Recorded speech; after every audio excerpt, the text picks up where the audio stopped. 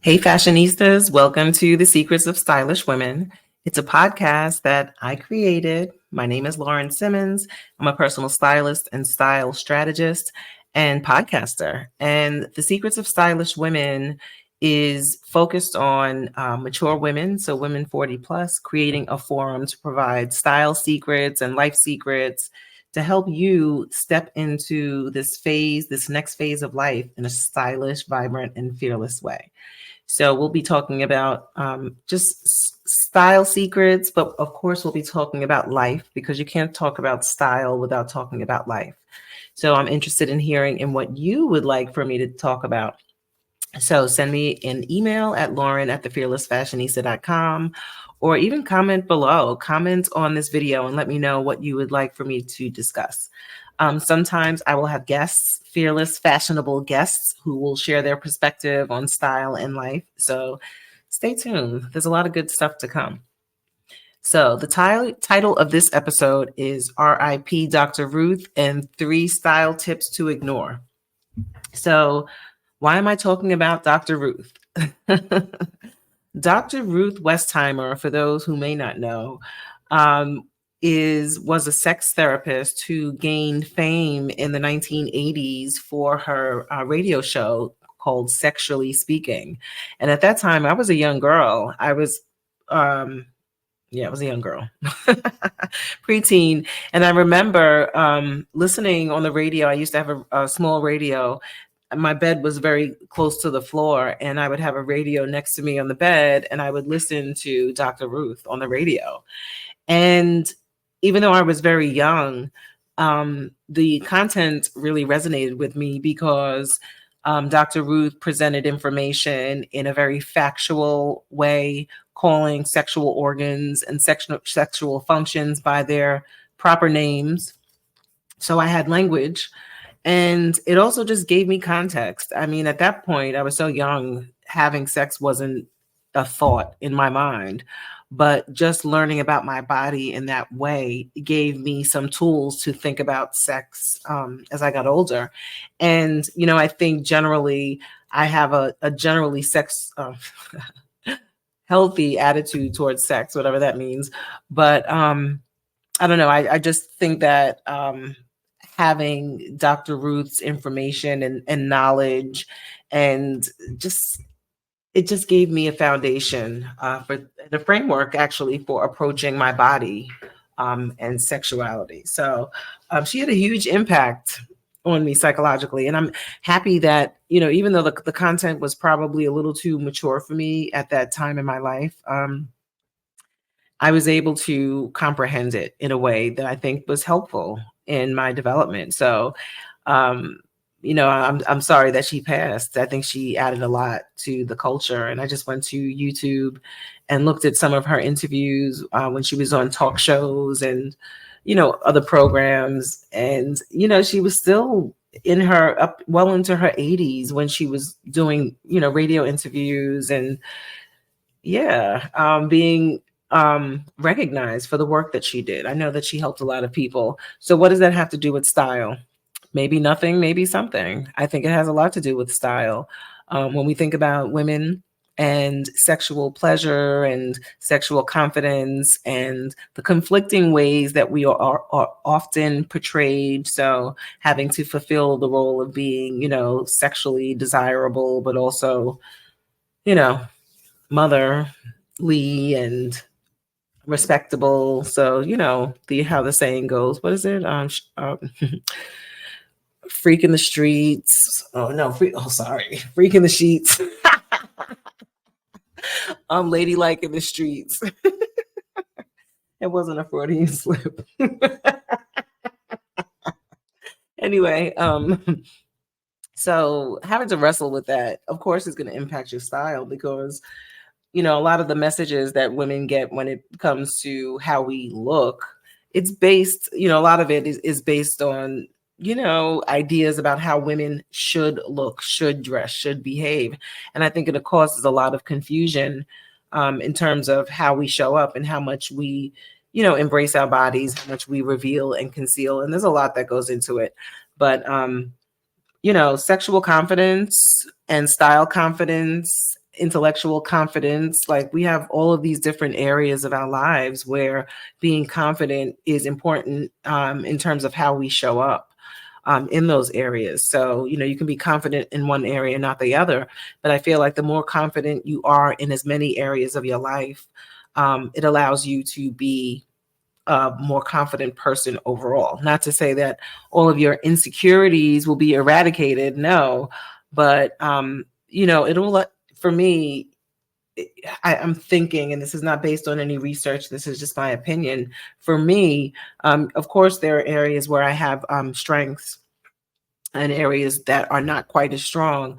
But the more areas of strength that you have, and it's possible to have multiple areas of strength, to me, it makes you a more confident person because you can show up in more situations, coming from a place of strength and authority, and bring your more of your I don't want to say authentic self because I think that's such an overused term, but to bring more of your ideas, your true ideas, and your true values and your true passion to more rooms that you enter. So that's just my thought.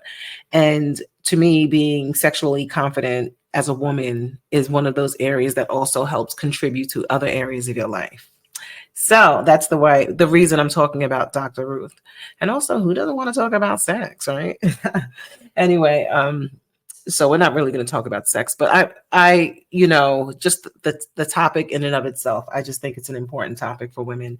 And in my episodes, I often give a non-style related secret or just a life secret, and I'll give that early. If you are a woman who has not embraced your sensuality and enjoyed like the true pleasure that can be associated with being sexually confident and literate about your body and things like that, I encourage you to explore that because it can just be helpful.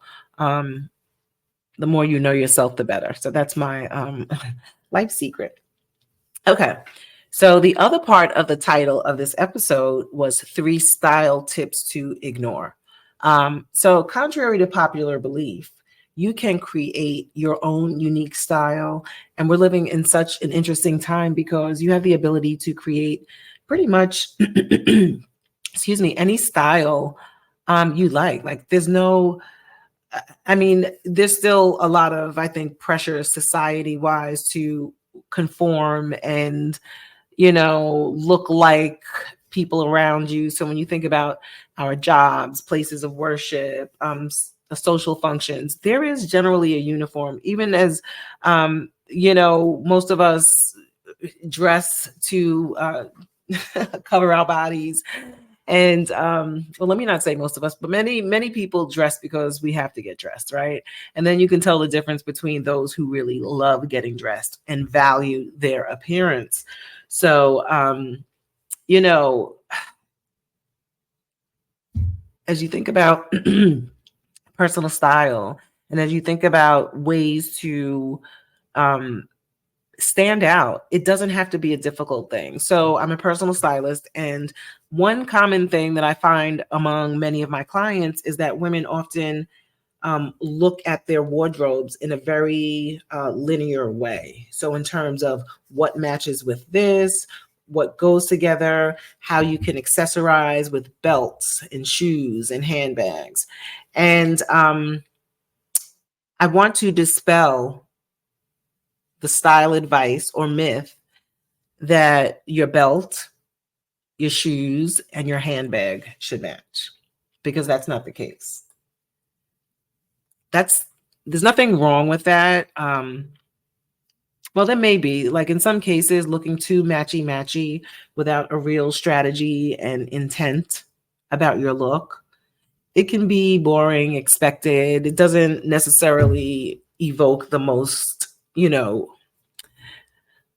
creative look. Okay. So here are some tips to mix it up and still look, stylish and current. I encourage you to stop thinking about things that match and encourage you to start thinking about things that complement one another. So I'll give you an example.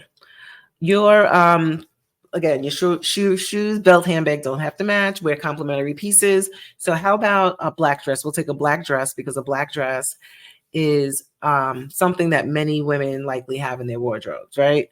You can take a black dress and wear the dress, depending on the style, with a gold chain belt. Instead of wearing gold shoes, I mean, you could potentially do that, but how about going with an animal print shoe and a red bag, red lip? Think about that. It's complementary, but everything doesn't quote unquote match. If we're thinking about something that could be looked at as matchy matchy, let's take that same black dress, excuse me, black dress, and then do a red belt and red shoes and a red bag. That's too much. Or that same black dress with an animal print belt and an animal print pair of shoes and an animal print bag. That's too much. When you mix and match textures, colors, prints, and pieces, you're giving off an effortless vibe. It makes it feel like you have more of a style, not vernacular, like a library of tricks to pull from, effortlessly stylish. Like you just know, you have a few styling tricks. That's what it looks like.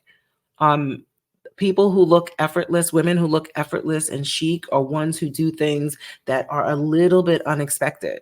So what kind of unexpected elements can you add to your style routine? Just think about that for a second. What other things can you do? I know at a previous job that I had, one of the women who worked with us, she was very high up in the company. In fact, she was a president of one of the divisions. And she had an effortless style to her. She looked professional, she looked pulled together, but there was a like an ease to her that was just, it looked like she knew how to dress, but she didn't spend so much time and so much effort, but the right amount of time, the right amount of effort so that she just looked very chic. And she would carry a bag every day. Not It was bigger than a handbag. So maybe like not a briefcase, but a bag that's big enough to hold all of your work essentials. I can't think of the name off the top of my head, but she had this bag. It was like an oversized handbag, for lack of a better term. And it was orange, not bright orange, but it was the right color orange. And it was leather, and it was that rich leather. I don't know what brand it was, but it was a really nice bag. And she carried it every day. And, her wardrobe was comprised of a lot of solids. But it complemented just about everything that she wore. The bag never looked like it was out of place with her outfits.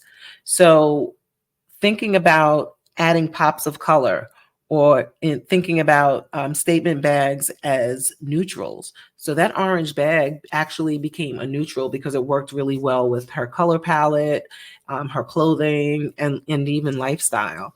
So what can you think about and incorporate into your wardrobe that's a neutral that will complement other pieces in your closet? So it could be anything. Like in the summer, it can be an orange bag. Thinking about like a Kelly green bag. If you have a lot of neutrals in your wardrobe, incorporating any of these pops of color is not really going to be a stretch for you. So what would that be for you? Could it be an animal print bag in the fall? Could it be a cognac bag, cognac color bag, or even a wine, royal blue? So think about it. You don't have to carry a black bag as your everyday bag. And to go back to the original point, your shoes, your bag, and your belt don't have to match. We're not doing that anymore.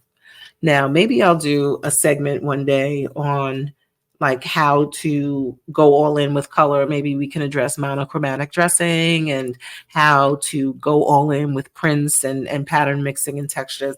I'll have to plan for that. So, because there are times when it is appropriate to go all in or have certain repeating color, print, pattern, theme elements, but it's more of an art than it is science. So that's why it's really difficult.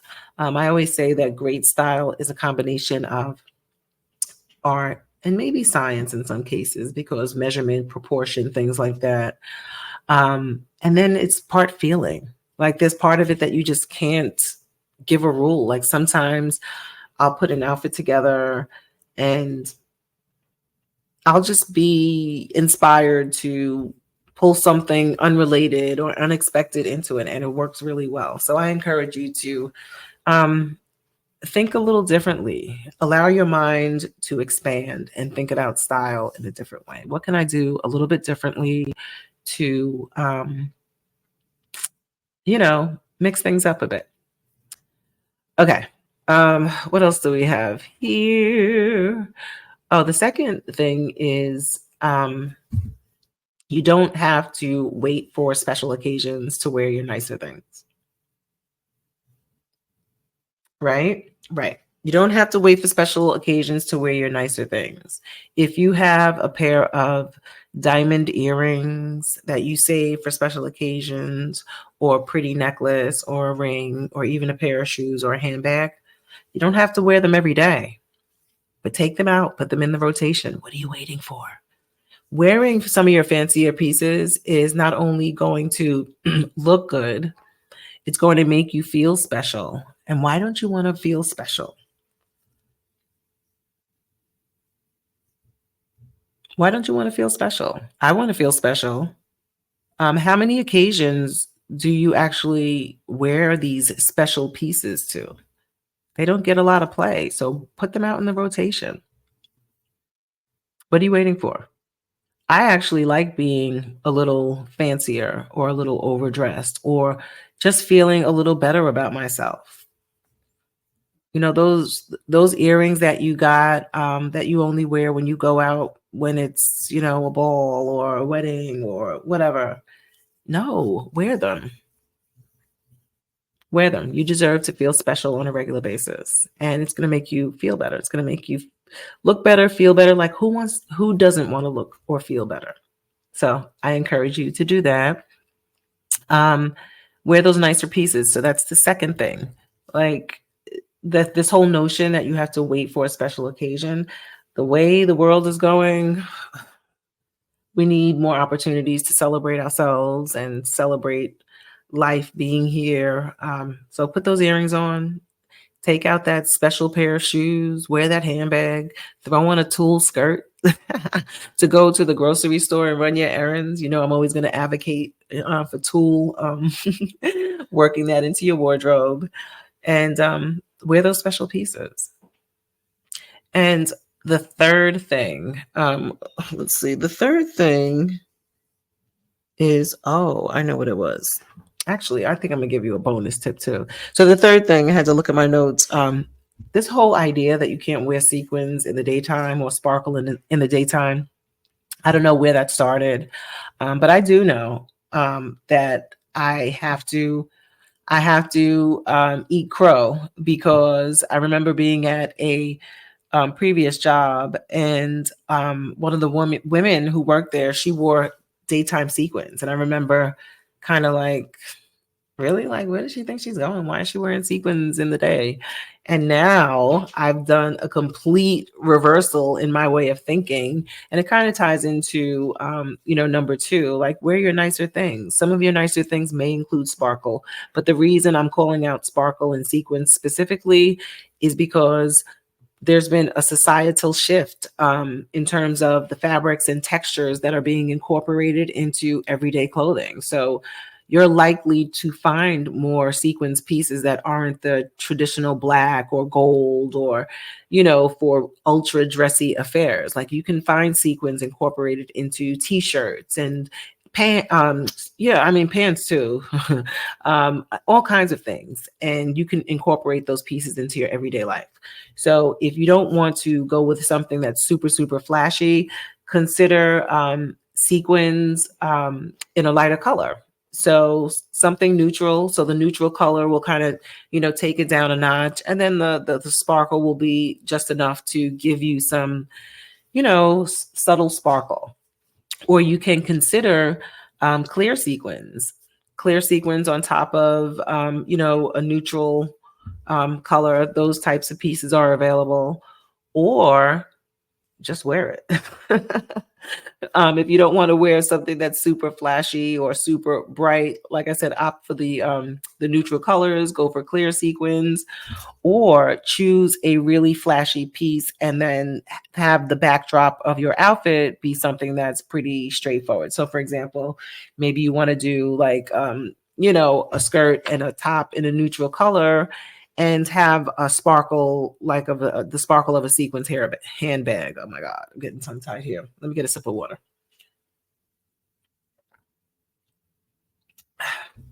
Also, you can do a pair of sequin shoes, and there's an option. You'll see that there are some sequins pieces that are matte. So a matte sequins is also another option. So it has a little sheen, but it's not quite as bright and flashy as traditional sequins. So incorporate some sparkle into your daytime outfit. Excuse me. Not only sequins, even pieces with crystals on them, or crystal or pieces with pearls on them. Like, there are so many options for adding texture and interest and a little something extra into your style. So consider adding a little sparkle to your day. You can go as hard or heavy as you like. In certain settings, just be mindful of that. Maybe sequins is not appropriate if you are in more conservative environments, but there are opportunities to, put in a little piece here and there without going over the top. So consider adding some daytime sparkle to your outfit. Now, that's number 3. So let's recap here. The first thing that you need to ignore when it comes to style advice is you have to be matchy matchy. You don't have to match your belt, your bag, and your shoes. So consider mixing up those things. The second item was to, what was it? Uh, Oh, stop. Oh my goodness. Stop waiting for a special occasion to wear your nicer things. And then number 3 is to add a little daytime sparkle, particularly sequins or rhinestones, crystals into your clothing to add a little sparkle during the day. The rules have changed. The rules are that there really are no rules. And when you think about style, think about fit and proportion, things that are going to make your body look the best. So I really support the idea of having a balanced top and bottom. If you can do that, most of us aren't, hourglass and aren't shaped symmetrically on the top and bottom. So we can effectively use clothing to achieve balance if that's the look you're going for. And again, that's a look that I support. It's a theory that I support, or a way of looking at, fit and proportion. It's easy to consume from a visual standpoint, and it can make you look your best. So when you're thinking about style and fit and proportion, those are the only rules that I kind of think about. And even those things are subjective depending on the look that you're going for. So in style, there is really no hard and set rule for anything. I can sit here and tell you that, wearing head to toe of one color is fantastic, but someone can wear it and look terrible because, there are certain subtleties and nuances to it. So remember that style, there are no absolutes. So be open-minded, try new things. So that's what we have today. Now, if you want to find out more about the Fearless Fashionista, go to thefearlessfashionista.com. As mentioned, I am a personal stylist and style strategist, and I work with women to help them open up the possibilities when it comes to personal style. Just because we're 40 and over doesn't mean that our style has to go to the fashion graveyard. I don't believe in being frumpy. I believe in being comfortable, of course, but being fabulous. Fabulous and comfortable do not have to be mutually exclusive. So ladies, if you are looking for more information on ways to find your fabulous, send me an email, lauren@thefearlessfashionista.com, or go to my website and book a discovery call. Okay. And, we'll have a 20-minute discussion, and I'll explain to you how I approach style and how I can help you find your fabulous. In the meantime, view my other episodes if you haven't seen them already. The Secrets of Stylish Women. Thank you for tuning in, and I can't wait until the next episode. Until then, be fearless, stay fashionable, and have fun. Bye.